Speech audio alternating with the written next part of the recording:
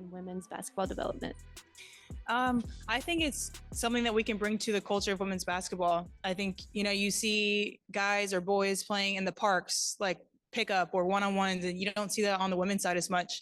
So that's something we're trying to change, just that atmosphere where everything's not as organized basketball, but, just playing in the backyard or at the park or after practice and things like that. So we're trying to shift the culture on that.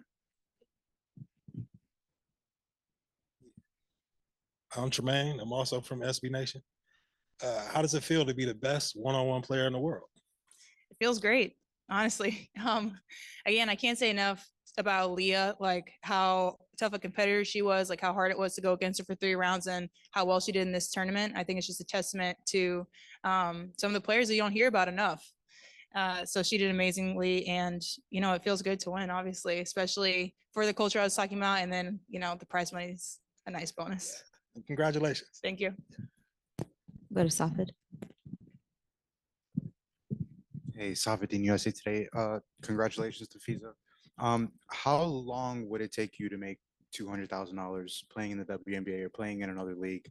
And to do it in 1 week, what are some things that you're planning to do now that you have it? Yeah, it's insane. I mean, my entire WNBA salary is what I got in 30 minutes, like of playing one-on-one, which is insane, like to even say. Insane for overseas. Like a lot of people, this is their full contract. So you're playing 7 months for this kind of money. And we were able to do it, in 30 minutes. So it's pretty insane when you think about it that way, for sure. And you guys spoke about along the Lunar Owls specifically of just wanting to win this tournament. All you guys from Skylar to Courtney, to have them on your side on the bench there, and I know they're happy about the money that you helped them win too. But just to share the experience with your teammates on the club. It's awesome. A lot of them are out of town, but still the support that they're giving, like over text, and then Sky was here in person, just the support that we have of one another coming together so quickly, but the bond that we've been able to form already. I love playing on this team and with these women. Just the way we support each other, the way obviously that we win is nice, but the way we compete every day in practice. So I'm really glad that, one success is everybody's success. Wanted to ask your initial thoughts on things that worked really well throughout the tournament and things that can be improved on to make it better next season. I think what worked well was like the environment of playing one-on-one. It's never been done before. Like we've never seen this. And we said this before, we're making it up as we go. So you see kind of what needs to be improved and what people like. I think, Tuesday was really physical, as everyone saw. So you want to still have that culture of playing ones, like I said, at the park or in your backyard, where you're not calling it like a regular game, but you don't want people to get mauled or hurt either. So I think today's calls are really good. Like we were able to be physical, but nothing too crazy. So I think that's probably something we'll implement. But yeah, I guess we'll see what the players think for next year, what they want to change. Back from other players yet on their experience? Everyone's really gassed. It's hard for sure, but it's a lot of money. We have to work for it, obviously. But yeah, again, we've never played it before, so it's kind of a shock, like to do it in the beginning, especially my first game. I didn't know what to expect. I was really tired. So at least the other ones you kind of know, but it's definitely a lesson in conditioning this game.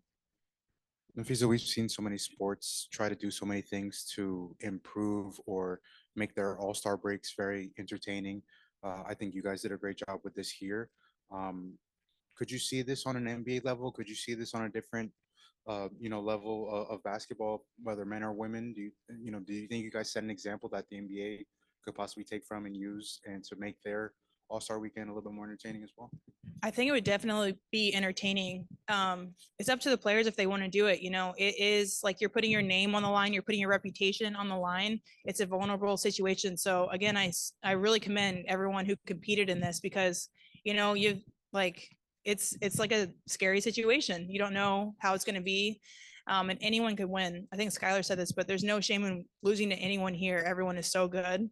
But of course you don't want to lose. And so it just depends on if the guys are willing to put their name on the line like that or not. It would definitely be entertaining though. And Napheesa, Gigi Spear, the next hoops, congrats. That's awesome. I want to talk to you a little bit about your quickness with the foul and maybe learning from getting tired early on and what your approach was specifically against Aaliyah. Yeah, Aaliyah is really strong, and I saw her, use that strength in all the rounds coming up into the final round. So, I was trying to tire her out a little bit when she was backing me down to the post. I was trying to foul, so she would have to do it again, just waste that possession so she gets more tired. So I try to be really strategic with that. We'll go to Ben on Zoom. Thanks, Tish.